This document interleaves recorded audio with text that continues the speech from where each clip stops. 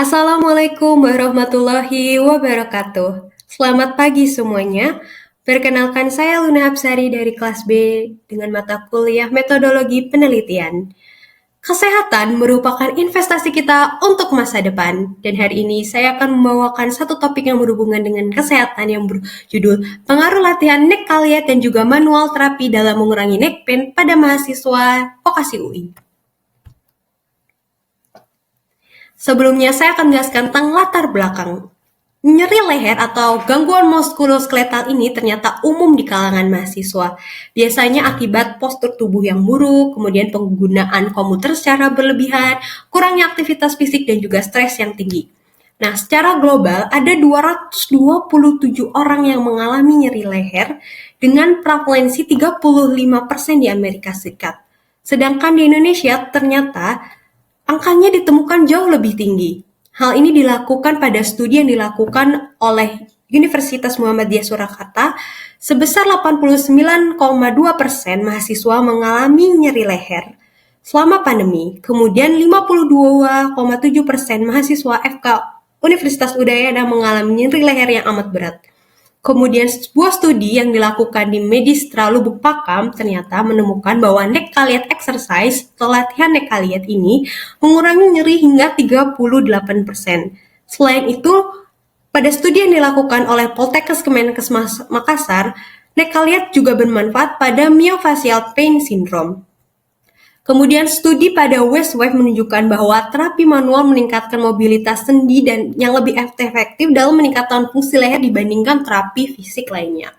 Jadi penelitian ini fokus untuk menganalisis efektivitas kedua metode dalam mengurangi nyeri leher pada mahasiswa di vokasi UI. Dengan harapan penelitian ini menjadi rekomendasi strategi untuk fisioterapis agar lebih optimal untuk meningkatkan kenyamanan dan produktivitas mereka.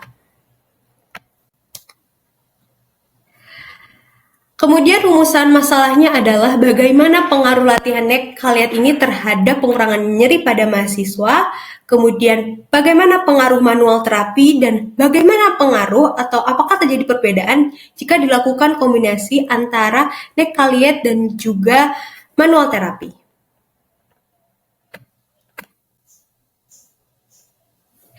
Berikutnya, tujuan umum ini adalah untuk mengetahui efektivitas antara latihan neck kaliat dan juga manual terapi dalam mengurangi nyeri leher atau neck pain pada mahasiswa dengan tujuan khususnya tentu saja mengetahui efektivitas pengaruh latihan neck kaliat untuk mengurangi neck pain pada mahasiswa vokasi, efektivitas pengaruh manual terapi untuk mengurangi neck pain pada mahasiswa vokasi UI, kemudian mengetahui efektivitas pengaruh kombinasi latihan antara neck kaliat dan juga terapi manual pada mahasiswa vokasi UI. Kemudian manfaat penelitiannya ini adalah membantu fisioterapis dalam memilih intervensi yang lebih sesuai untuk mengatasi neck pain. Ini didasarkan pada hasil penelitian. Kemudian memberikan bukti ilmiah tambahan mengenai efektivitas dari latihan neck kaliat dan juga manual terapi sehingga dapat digunakan dalam program rehabilitasi pasien dengan nyeri leher. Kemudian yang ketiga adalah membantu mahasiswa mengurangi nyeri leher dengan metode intervensi yang lebih efektif dan mudah dilakukan. Kemudian ini adalah kerangka teori di mana pada kejadian neck pain pada mahasiswa terdapat faktor yang dapat dimodifikasi dan faktor yang tidak dapat dimodifikasi, di mana faktor yang tidak dapat dimodifikasi ini seperti usia, jenis kelamin, kemudian dari riwayat penyakit keluarga, kemudian ada genetik. Sementara faktor yang bisa dimodifikasi ini terdapat postur tubuh yang buruk, kemudian kebiasaan yang tidak ergonomis saat menggunakan laptop atau gadget, kemudian kurangnya aktivitas fisik dan juga stres. Kemudian mengenai problem klinisnya tentu saja saat seorang mahasiswa mengalami neck pain ada keterbatasan gerak, kemudian nyeri leher, gangguan stabilitas, dan spasm pada area leher. Kemudian intervensi yang dilakukan ini adalah neck kaliat, exercise, manual terapi, dan juga kombinasi. Di mana neck kaliat exercise ini berfokus pada peregangan pada otot, kemudian untuk koreksi postur dan juga untuk peningkatan stabilitas. Sedangkan manual terapi ini fokus untuk mobilisasi sendi, manipulasi jaringan, dan juga pengurangan spasem. Diharapkan kombinasi ini mampu menciptakan sinergis terapi yang baik dan memberikan dampak fisiologis. Kemudian kita akan melakukan evaluasi terapi menggunakan variabel kontrol, independen, dan juga dependen. Di mana variabel kontrol di sini ada durasi latihan, kemudian variabel independen di sini latihan neck Colliet dan juga manual terapi, dan dependen ini adalah tingkat nyeri atau tingkat nyeri pada mahasiswa. Kemudian hipotesis penelitiannya di sini neck Colliet ini akan efektif, kemudian manual terapi juga akan efektif, dan bila dikombinasikan akan jauh lebih efektif. Dengan model teori yang kita gunakan adalah teori biomekanika postur, teori gait control, dan juga teori neurofisiologis dan rehabilitasi. Dengan tujuannya seperti yang sudah saya presentasikan sebelumnya. Kemudian untuk tempat dan waktu penelitian, kita akan melakukan penelitian di Vokasi Universitas Indonesia dengan rentang waktu penelitian antara bulan April sampai dengan bulan Juni 2025. Kemudian jenis variabel yang digunakan ada variabel independen, dependen, dan juga variabel kontrol. Variabel independen, latihan neck Colliet dan juga manual terapi. Variabel dependen tingkat nyeri leher atau neck pain. Kemudian variabel kontrol di sini adalah durasi latihan dan juga aktivitas harian dan juga postur tubuh.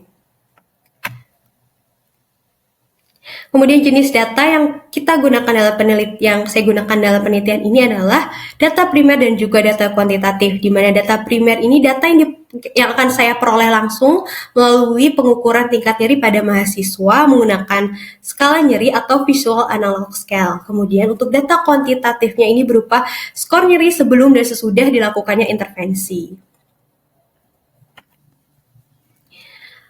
Kemudian di sini untuk penentuan populasi, untuk sampel, di sini populasinya adalah seluruh mahasiswa vokasi di UI, namun populasi target saya adalah mahasiswa administrasi vokasi UI, karena dianggap mahasiswa administrasi vokasi UI ini merupakan mahasiswa yang paling sering berhubungan dengan laptop atau komputer paling lama di antara mahasiswa vokasi yang lain. Kemudian populasi terjangkaunya juga mahasiswa administrasi vokasi UI yang memenuhi kriteria inklusi dan juga eksklusi pada penelitian.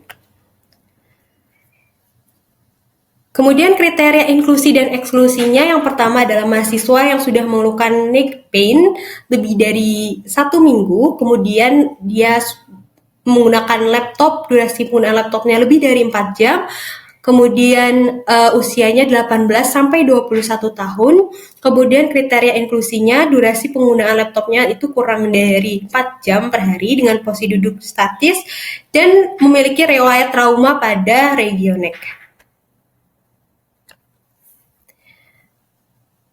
Berikutnya untuk penentuan jumlah sampelnya, kita menggunakan rumus Slovin dengan teknik kuota sampling dengan populasi targetnya ini 300 mahasiswa administrasi dengan tingkat kesalahan 5%. Dan untuk jumlah sampel yang digunakan ini ada 177 mahasiswa, di mana akan dibagi menjadi 3 kelompok. Masing-masing 57 mahasiswa diberikan latihan neck Colliet, manual terapi, dan juga kombinasi. Kemudian teknik pengambilan sampel yang saya gunakan adalah teknik non-probability sampling, dengan lebih spesifiknya adalah menggunakan teknik kuota sampling. Dan alasan menggunakan teknik kuota sampling ini karena representasinya seimbang, jadi setiap kelompok intervensi ini akan berjumlah 57 orang, kemudian dia efektif dan praktis karena cocok untuk populasi mahasiswa administrasi vokasi UI yang beragam, kemudian juga cocok untuk penelitian eksperimental. Kemudian terakhir adalah saya akan menjelaskan tentang kerangka konsep di mana variabel independen ini yang akan mempengaruhi variabel dependen atau tingkat nyeri fast yang dirasakan oleh mahasiswa dengan mempertimbangkan variabel kontrol seperti durasi latihannya, kemudian aktivitas harian yang dilakukan oleh mahasiswa tersebut, kemudian postur, dan juga mempertimbangkan juga faktor yang dapat dimodifikasi seperti tadi postur tubuh, kemudian kebiasaan yang kurang ergonomis, kemudian stres, dan faktor yang tidak dimodifikasi ini seperti jenis kelamin dan riwayat penyakit keluarga maupun genetika. Baik, sekian dari presentasi mengenai penelitian yang saya lakukan. Terima kasih atas perhatiannya dan semoga apa yang saya sampaikan ini bermanfaat. Terima kasih. Wassalamualaikum warahmatullahi wabarakatuh. Selamat pagi semuanya.